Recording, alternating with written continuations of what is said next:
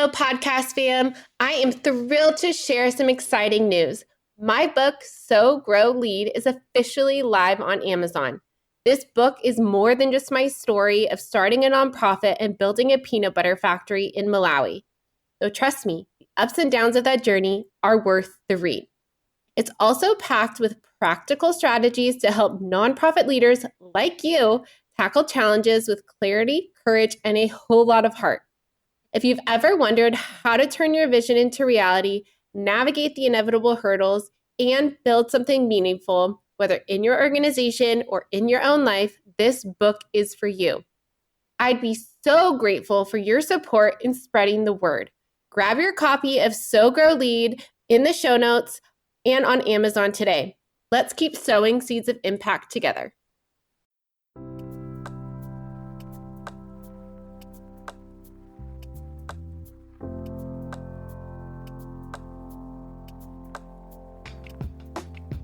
Welcome to the Lead with Heart podcast, which is dedicated to nonprofit leaders who are passionate about making a difference.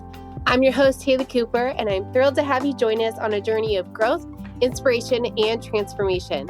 At Lead with Heart, we believe that leading with heart means embracing empathy, compassion, and authenticity in every aspect of our work. It's about putting people first, fostering genuine connections, and creating a positive impact that goes beyond numbers and metrics.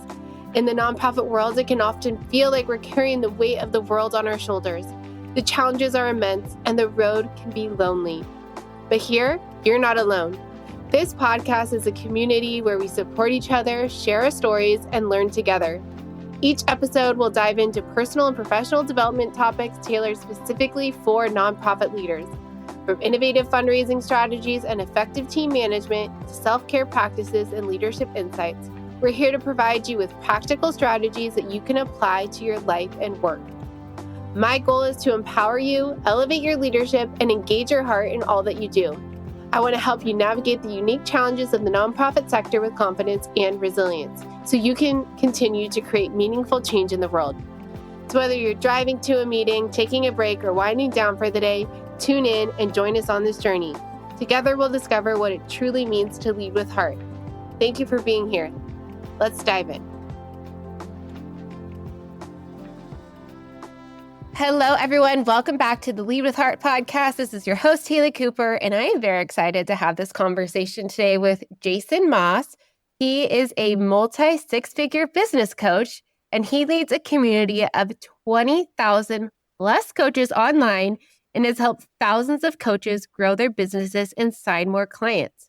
His work has been featured in Entrepreneur, Online Business Owner, and other leading media outlets. And his unique approach to business growth integrates identity and strategy to help coaches build wildly profitable businesses from the inside out. I also love that he takes a heart-centered view on marketing, which is a radical departure from the most typical, overly aggressive marketing tactics taught today. Jason also lives in Boulder, Colorado with his partner, Kimberly, dog Boomer, and cat Zola. Well, welcome to the podcast, Jason. Thank you so much, Haley. I'm excited to be here and have this chat with you. Well, I would love to know a little bit more about your background, and is there a pivotal moment in your life that you can think of that really sets you on this path to becoming a multi-six-figure business coach?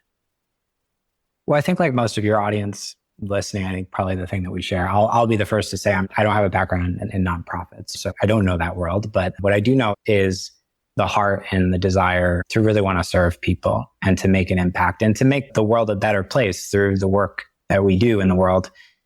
And I think for me, the shift was going back to when I was 21 years old and I was a junior in college, going to NYU at the time in New York City, and was, like any college kid, probably pretty self-absorbed. And I was at that time, I was studying music and I wanted to be a professional musician and then an audio engineer. And my summer junior year, I got really sick and I was having night sweats and I wasn't sure what was going on. And at the time I was actually campaigning for a grassroots organization out in New York. And I was standing out on the street every day. I was one of those canvassers, asking people for money, which is a great job, by the way. If you're listening to this and you've done this, it's like one of the most amazing ways to develop your skills as a communicator.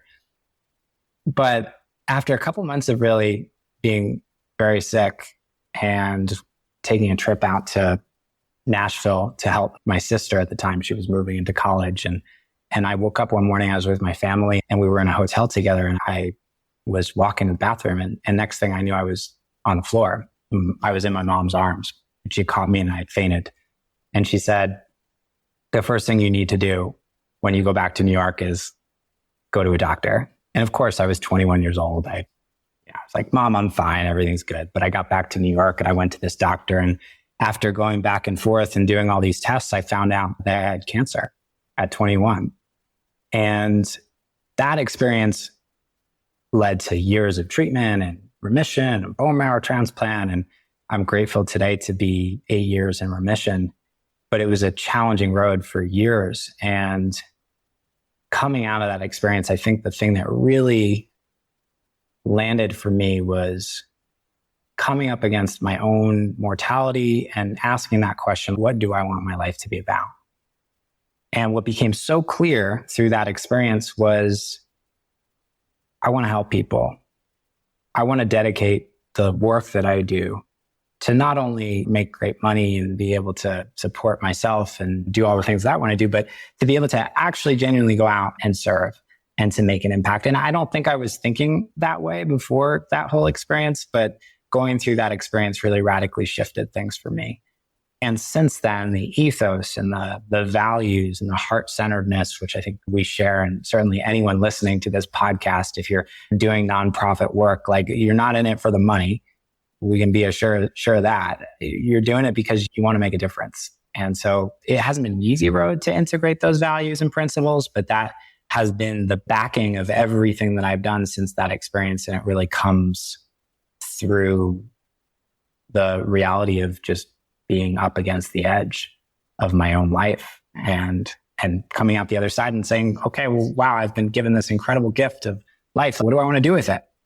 Or just spend all my time trying to collect more things and then die? Or do I want to actually use the time that I have to really help people?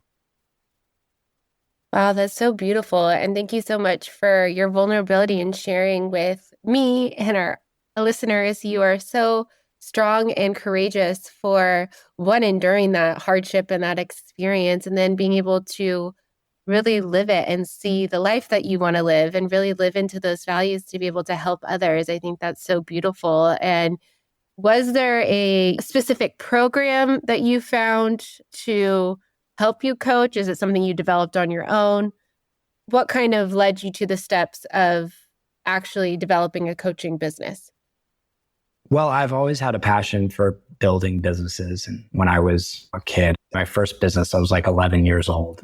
And I was like a big computer geek and I loved playing computer games on my computer. But I used to feel frustrated because it was back in the days where you had like CDs that you had to put in the computer to play your favorite games. I remember that. Oh, yeah. Or most people, at least like younger kids, are like, what's a CD? I'm like, you missed out. And probably older folks listening to this are like, we remember the record days. Anyways, so I at 11 years old, I was like, I was a big computer nerd and I built this program to make it so that I didn't have to put the CDs in when I wanted to play my favorite games.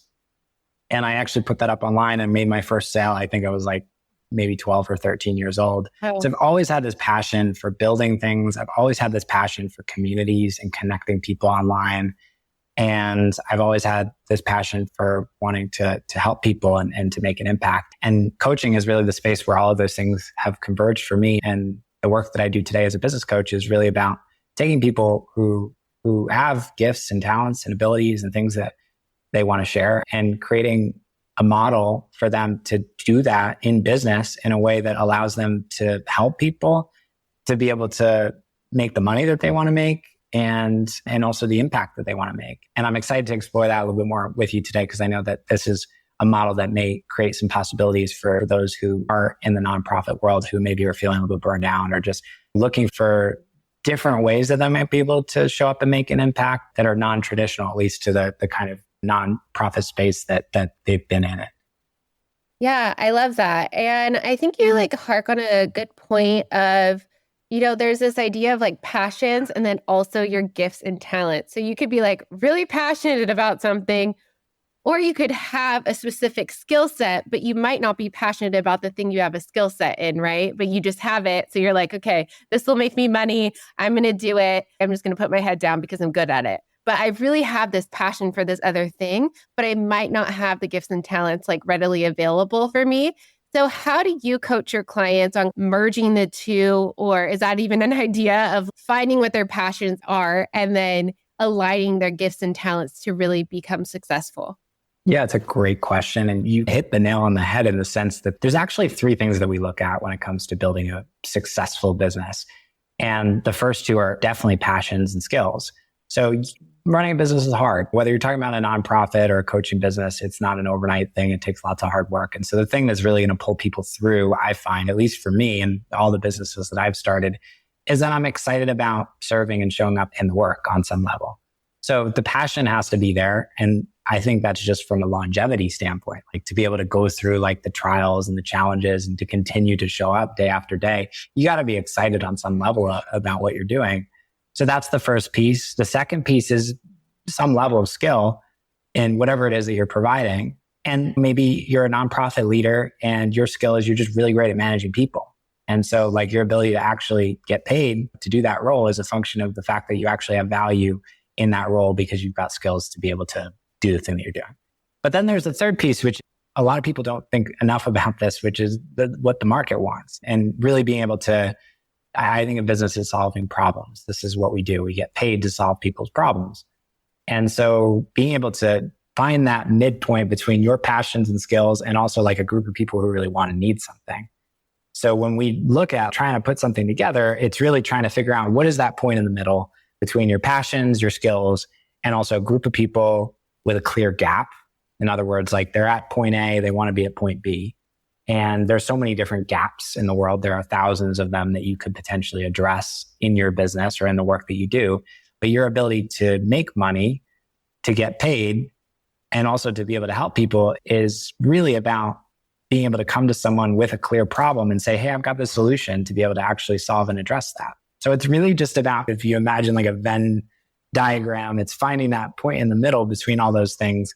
And that is where the magic is, because that's when you get paid. That's when people actually want to work with you. And that's also when you get to show up every day and feel excited about the work that you're doing because you're leveraging your skills and you're also doing work that is energizing and meaningful and fulfilling to you on a personal level.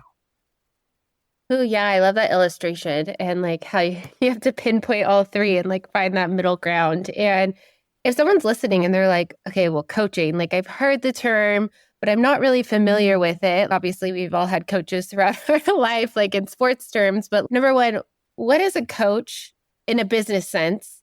And what is the foundational groundwork that a business coach would have to start? Yeah. I think of coaching as you are a facilitator of transformation.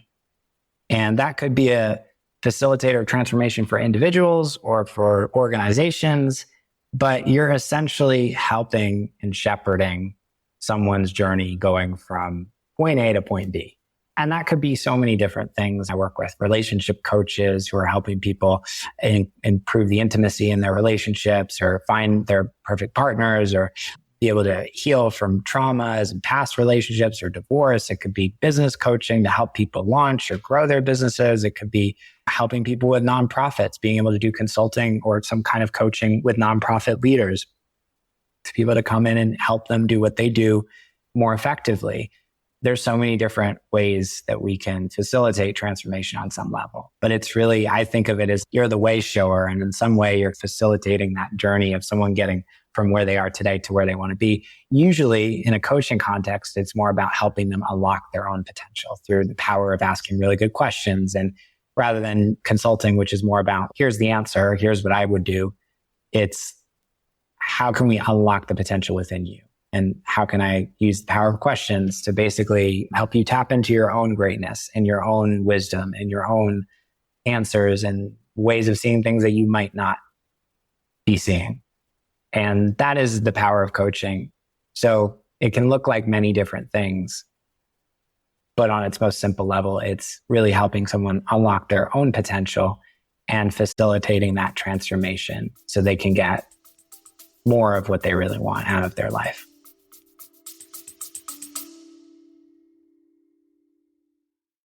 Imagine a fundraising partner that not only helps you raise more money, but also supports you in retaining your donors. A partner that helps you raise funds both online and on location so you can grow your impact faster. That's DonorBox, a comprehensive suite of tools, services, and resources that give fundraisers just like you a custom solution to tackle your unique challenges, helping you achieve the growth and sustainability your organization needs. Helping you help others. Visit donorbox.org to learn more. Ooh, I love that perspective about really unlocking their potential. And as we're talking about a coaching business, what does it mean to grow a coaching business from the inside out? Well, I spent years trying to help people grow businesses primarily from the outside in, which was here's the strategy, here's the marketing plan, here's the social media approach, here's the nuts and bolts of what you need to do in order to create more of what you really want. And what used to frustrate me to all ends is that I would give two people, two coaches in this case, the same plan, the same strategy. And one person would take that plan and they go off and they double their business. And one person would stay exactly where they are. And for years, it used to drive me crazy. I used to wonder, like, what really is making the difference? If I can give two people the same roadmap, and one person can take that and they can do amazing things with it, and one person doesn't, it's clearly not the roadmap. There's something else that I must be missing that maybe I'm not paying as close enough attention to. And over time, I started understanding on a deeper level as I did this work with our clients, as well as on a personal level and growing my own business, that there's really two orientations we can take. And so much of this applies to whether you're running a business or whether you're a leader in a nonprofit or you're doing any kind of work at a high level. There's the outside in, which is, okay, well, let's focus on the actions. Let's focus on the plans and the strategies. And then there's the inside out, which is, how do I become the kind of person who can create the level of impact or the level of success that I want? And so many of us are trying to create change from the outside in. And we wonder why we come up against wall after wall. And what I started to understand was, like, as a human being, like, we all have an identity. We all have a set of beliefs, a set of who we believe ourselves to be, a set of ideas about how the world is or how about our sector, the work that we're doing, what's available to us, what isn't. Oftentimes, these are deep things. They're formed in childhood. They're formed through our experiences in the world. And you literally can't create something on the outside that doesn't correspond with that internal piece, with that internal identity. So this is where so many people run up against the challenge where it's, I'm trying to fundraise, or I'm trying to create a bigger impact, or I'm trying to expand our business, but I feel like I take one step forward, two steps back. And oftentimes it's because there's this internal piece that really needs to be addressed, which is, how do I become first the kind of person who can create the level of success that I want? And if I take that inside out orientation, really expanding internally, then the outside much more easily falls into place. And I've seen this in so many clients that we work with as well in my own life. It's like, it really is more of an inner game than it is an outer game. So much of the work that I do with entrepreneurs and coaches, so much of this also applies to leadership positions, is helping somebody expand from the inside out. And once that happens, the outcomes that we really want to create on the outside seem to happen a lot more easily and with a lot less friction and frustration. Ooh, Jason, you are speaking my language. I love it. I love this conversation. And is there a specific framework or a set of questions that you ask your clients to cultivate that sense of self-awareness of wanting to embody who they want to be so that then they can lead others? Well, I think the first thing to ask, and there's so many different ways of getting into this, there's a couple tools that I use quite a bit. The first is, I think it's really powerful to first ask yourself, what do I want? So we get clear on that first. So maybe it's, okay, I'm a nonprofit leader. I don't know, what would be a realistic goal for a nonprofit leader? You probably know better than me. To take a vacation and shut their laptop off. To chill out a little bit. Okay, so let's say the vision of this nonprofit leader is to be balanced. So, okay, I have this vision of my life as a nonprofit leader and I'm balanced and I'm calm and I can imagine, okay, who is the kind of person who to me embodies that? Maybe more so than anyone else. Is there someone that I know, or is there a leader that I admire or respect? Or maybe it's Haley. Maybe it's like you can imagine her. And so I can wake up in the morning and I can start living into that identity as if I were that person. And I can say, okay, well, what decision would Haley make here? Like I have mentors and guides that I work with. And I ask myself when I'm thinking about making a decision in my business, like what would Scott do in this specific situation? Or how would Amy think about this? And it can be a great lens or filter to start to try that on and to start to live into a different self, literally a different identity. You can do that in so many different ways. One of the questions I'll often ask myself, this is a great question to get out of like scarcity or fear, is like, what would I do if I had $5 million in the bank? How would I look at this issue? What would I do in this situation if money were no object? It's a great question. Shift you into a completely different identity. And you start making decisions from that place. You actually create that as a result. So we can use like identity questions, these ways of like slipping into a different being, you could say. And I think that's a powerful tool. Another one that I use quite a bit is I'm a big fan of Byron Katie's work. Have you heard of her before? Mm-hmm. Yeah. Okay, cool. Yeah. So she has these 4 questions that she asks. I think she calls it the work, and it's a way of questioning beliefs. And there are so many hidden assumptions that we have about how things are and how things are supposed to be that oftentimes we just don't question.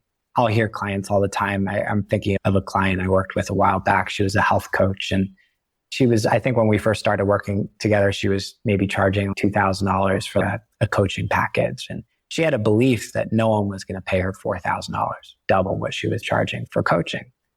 And so because she had that belief that no one was going to pay her $4,000 for coaching, she obviously didn't raise her rates and she didn't advertise those rates and she didn't attract clients who wanted to pay her that much.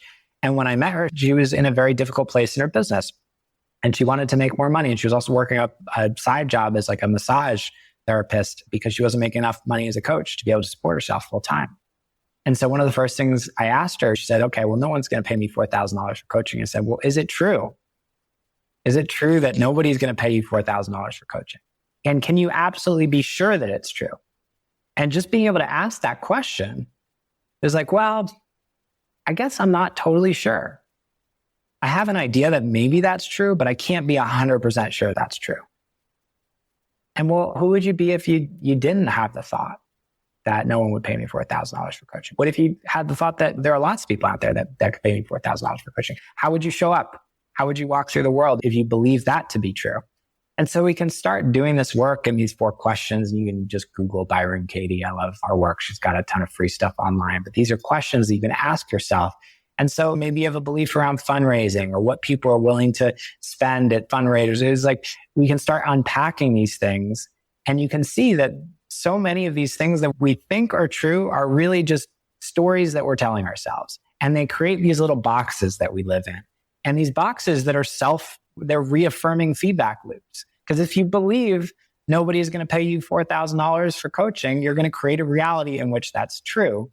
But if you stop and actually just examine the belief, there's a moment of possibility there through that work. And then you can go out and create a completely different set of circumstances because of it. And so oftentimes it's just as simple as being able to examine some of these like untested beliefs, these assumptions that we're making that we think are true because they're industry norms or they're so-and-so told me that this is true and they've been doing this work for 20 years. So they must know.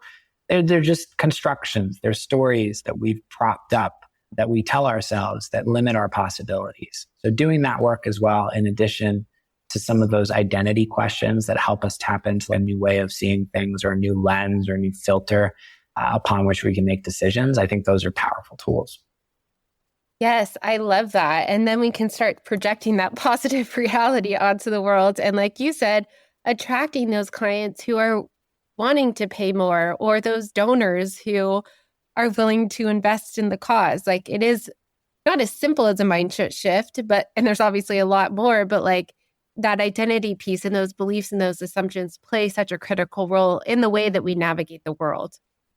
Absolutely, 1000%. You get what you believe. And it's crazy. And there's so many things I used to believe that were true. about what people would pay for, about how much people would spend for this or that. And so many of those beliefs have been completely broken wide open. And the idea, when I first started coaching back in 2016, I remember I was selling mostly like low ticket offers and programs, and it was like a couple $100 for an online course or something. And I remember there was someone in my niche, my market, who was selling like $1,000 course. And just the idea of that blew my mind. And 8 years later, like I'm getting on the phone selling $25,000 coaching offers. And my mentors and people I'm working with are selling $250,000 offers. So it's like that possibility was not available to me at that moment in my life. Mm-hmm. But over time, we start to see, oh, wow, these things that we think are ceilings are really just stories that we tell ourselves. And there's so much availability for possibility and so many different ways that we can get creative and figure out how to solve problems. And so much of this applies to whether you're running a coaching business or whether you're running a nonprofit or fundraising or whatever it is that you do. Yes, definitely. Are there other challenges that you have seen coaches have trouble with growing their businesses outside of those internal assumptions? I think there's like a practicality to like the fact that marketing is and putting yourself out there and attracting clients is pretty difficult for a lot of people. And it's not intuitive or obvious like how to do that. So generally, like most of the clients we work with, the reason they're coming to us is because they're having trouble like marketing themselves online. They're not sure what to do, how to do that, how to build a presence online in a way that is going to attract the people that they want. So that's probably the biggest challenge. Definitely get into like specifics on how to navigate that. I'm happy to talk about that if that'd be useful or valuable for your listeners. But for sure, I think that's probably one of the biggest challenges aside from the internal piece. And oftentimes there's a big internal component to that as well. But just part of it is like the nuts and bolts of, well, what do I do? And how do I show up? And what's the right strategy? And how do I actually do this in a way that's going to draw the people that I want into my business or into my organization? Yeah, let's dive in. I recently just had Tanya Bhattacharya on the podcast, and we talked about building thought leadership, specifically on LinkedIn. But a lot of leaders have, like you said, those internal assumptions or internal barriers to, it takes a level of vulnerability to show up online, right? And a level of authenticity. And it can be a challenge for a lot of people. It can be scary. And so, yeah, let's get into the nitty gritty of, obviously, we had a whole conversation on building thought leadership, but I would love to know your perspective of how coaches could just take that. And I think it comes down to clicking that first post button, right? But it takes a lot of work before you hit that post button. And so what are some of the tips you have or the nitty gritty that you help your clients to overcome those barriers to start showing up online? Well, if we're talking about just like what's going to hold somebody back from starting to share their thoughts and their voice and their ideas with the world, usually it's some level of belief around people are going to judge me. People are not going to find what I say to be interesting. They're not going to care, or they're going to have judgments about what I'm talking about, or I'm going to annoy people, or people are going to feel like I'm pissing them off, or whatever it is. Like there are all these stories that we tell ourselves about whether or not people are going to be interested. So I find, at least from my standpoint, I've been creating content and posting online for 10 years now, it's been the single most impactful, important decision I've ever made in my life is to like commit to like the daily act of building a platform. It's changed everything for me. And it's probably one of the easiest ways to accomplish whatever like professional and business goals are important to you as well. It comes as a byproduct of building a really strong personal brand. And there's so many opportunities that have come my way because of that. So the first thing I would do is just encourage somebody that's like, you should do that. Like it's a good decision to do that and to focus on that. But from a practical sense, like I always imagine when I'm showing up that I'm writing to the person that like can't wait to hear what I have to say next. Mm. When I create, I am writing to the person who's like, Jason, please send me another email. Like there's nothing you could possibly say to me that would annoy me, that would piss me off, because I am just so excited to hear what you have to say next. And when you create for that person, I find it's much easier to show up. Because when you think you're talking to the person who's going to be annoyed by you or is going to judge you or is going to, whatever beliefs you have, you're going to dim your light, you're going to hide, you're not going to want to show up. and you're not ever talking to that person. That's not your person anyways. So to the believers, write to the people that are excited to hear what you have to say next. And just imagine, you can imagine it like when you're sitting down to write a piece of content on LinkedIn or publish an email, or imagine rather than writing to the people who you feel like you have to convince to pay attention, just write to the person this is the person who's so excited to hear what I have to say next. Such an easy mental flip that will make showing up and creating so much easier. And by the way, this also applies to like email marketing. If you're doing like fundraising campaigns, as so many people try to show up in their marketing and convince the people that are never going to pay them any money to try to give them money. I'm like, it's way easier to just talk to the people who already are bought in, who are already excited about handing you money, to talk to the believers instead, versus trying to drag the people who are never going to pay attention or never going to care about what you're doing. That's how I think about it. Yeah, I love it. And as a coaching business, one, is it important to build a community aspect? I know that you have a Facebook group. So that's my first question. Is it important to create that community aspect? And then what is the best platform to do that? I think community is super important. It's probably more important than ever because we're all craving it, especially coming out of COVID. And we just went through the apocalypse for the past few years. People are like craving connection and intimacy. And so much of what's been going on in the online world, I think like stage one of the online world was much more about a one-way street. It was like, let's build platforms where we can send things out to people and have it be like, I'm on the mountain and you're down in the valley and here's the stuff, whether it's emails or whether it's offers or whether it's here, pay me money for this cause.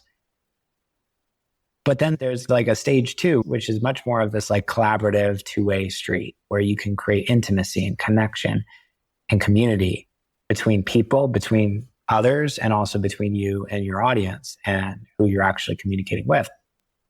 And that is so much more effective. It's so much more effective to be like, hey, like reply to this email. Tell me what's going on with you and what you're excited about or what's up in your world, than to just send emails all day or to create a space where people can come together and it becomes so much more than you. It becomes about intimacy between others. And then there's some magic that happens that's so much bigger than anything I could ever possibly create. So yeah, I think it's really important. And there's so many different ways tactically to do it. I think for most people, just starting with a Facebook group or something like that is an easy place to start. You can do other forms of community, but I think that's like a low-hanging fruit. We've definitely done a lot with Facebook groups, and they're pretty easy to set up and actually invite people to. And because most people are already on Facebook, it's like a pretty low friction way of bringing people into that space where they can come together and connect.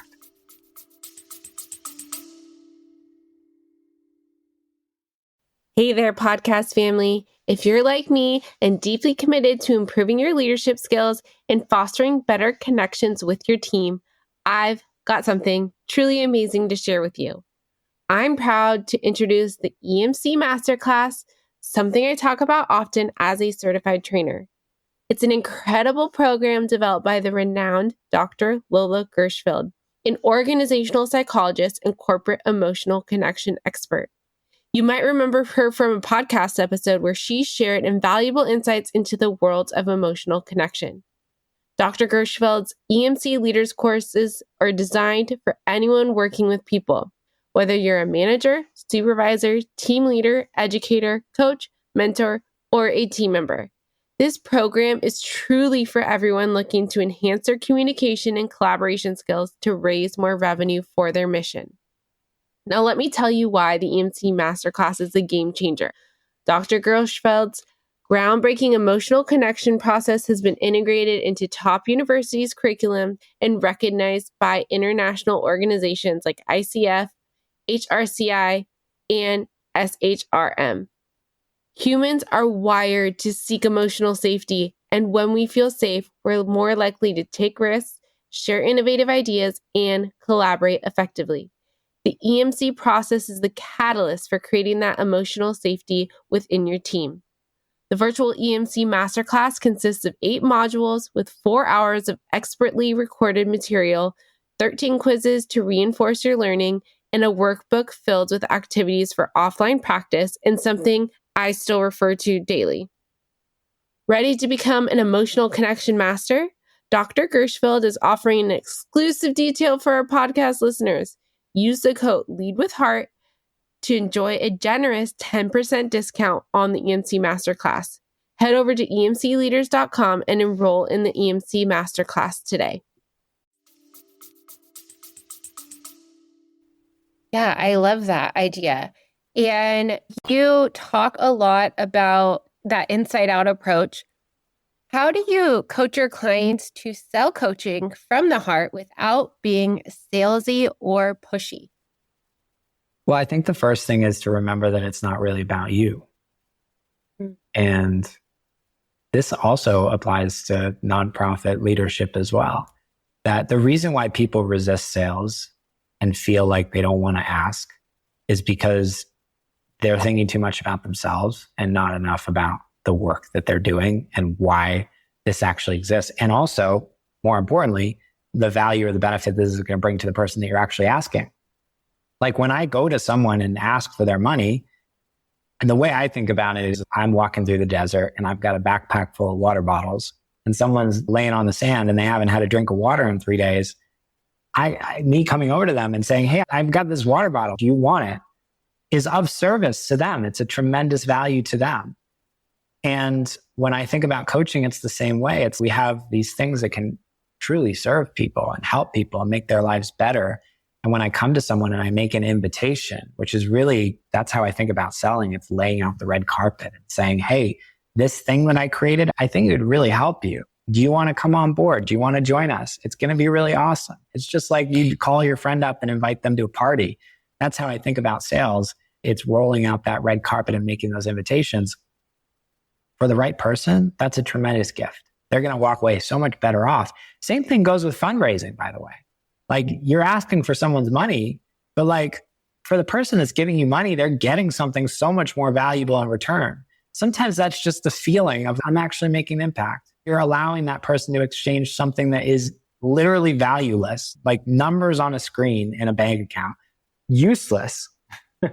Let's talk about what money actually is. Completely useless. It's an unrealized potential. And you're allowing that person to exchange that for something that is infinitely more valuable, which is something that's going to make them feel something or is going to allow them to experience a certain transformation in their own life or allow them to feel a sense of impact or just allow that money to also be used in ways that can benefit others. So that is how I see sales is you're allowing somebody through that act to exchange something of lesser value for something of greater value to them. And when you feel that and you're embodied in it, you can be unapologetic about the ask because it's not like I'm showing up with give me money energy. It's not really so much about me. Of course, I'm a part of it. I want to make money. I want to be able to participate in that transaction because it benefits me as well. But I'm more oriented around like the value and the benefit for that person. And that is when sales becomes truly heart-centered and when it can be done from a place of service and when it doesn't feel pushy or icky or aggressive or any of the things that typically turn people off when they think about selling.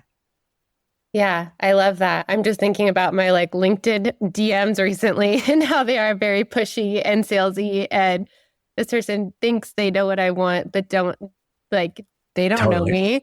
And I think, building that heart-centered people approach, right? Like you said, how is this going to add value? It goes from that transactional approach of, I need this from you to this is how I can help transform your life and how we can do this together and how we can co-create that future. And I think that's so important.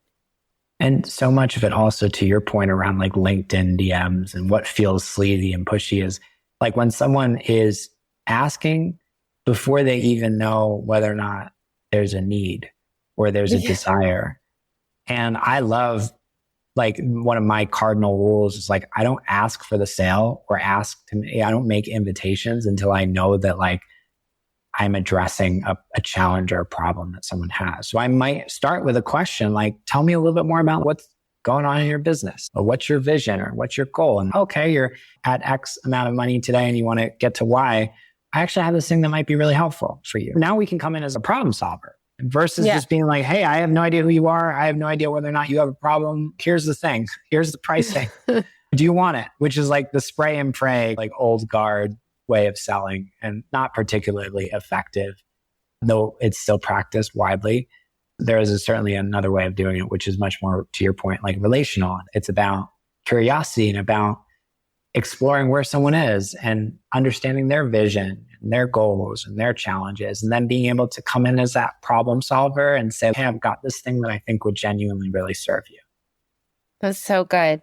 Is there any other advice that you would have for someone who may be listening to this? They're like, starting a coaching business kind of piqued my interest, and I'm interested in learning more about how to really, get into this industry.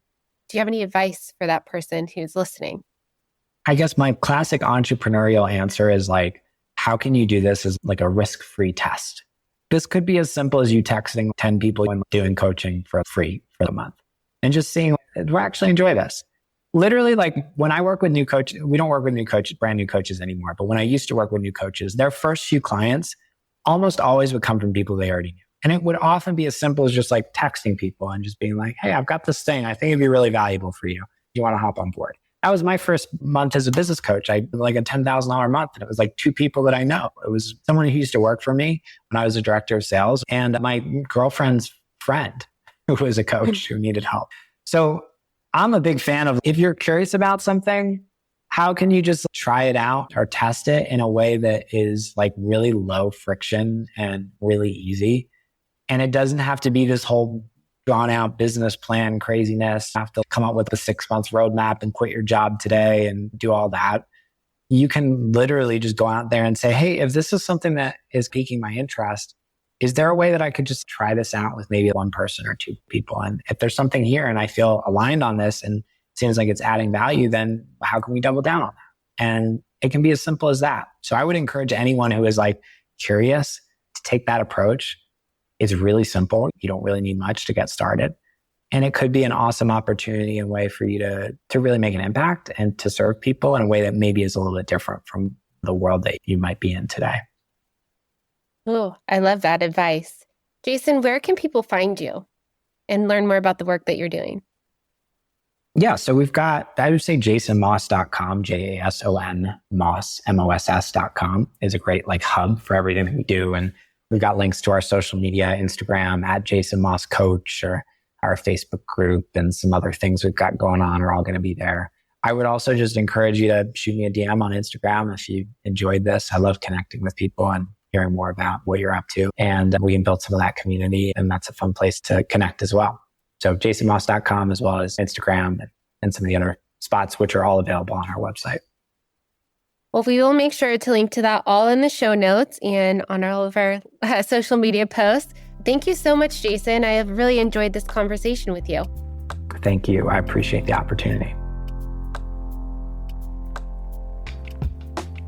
If you have valued these stories or learned something from what you've heard, please share this podcast episode or follow me on LinkedIn. Thank you so much for your support, and together we can build a better community and world.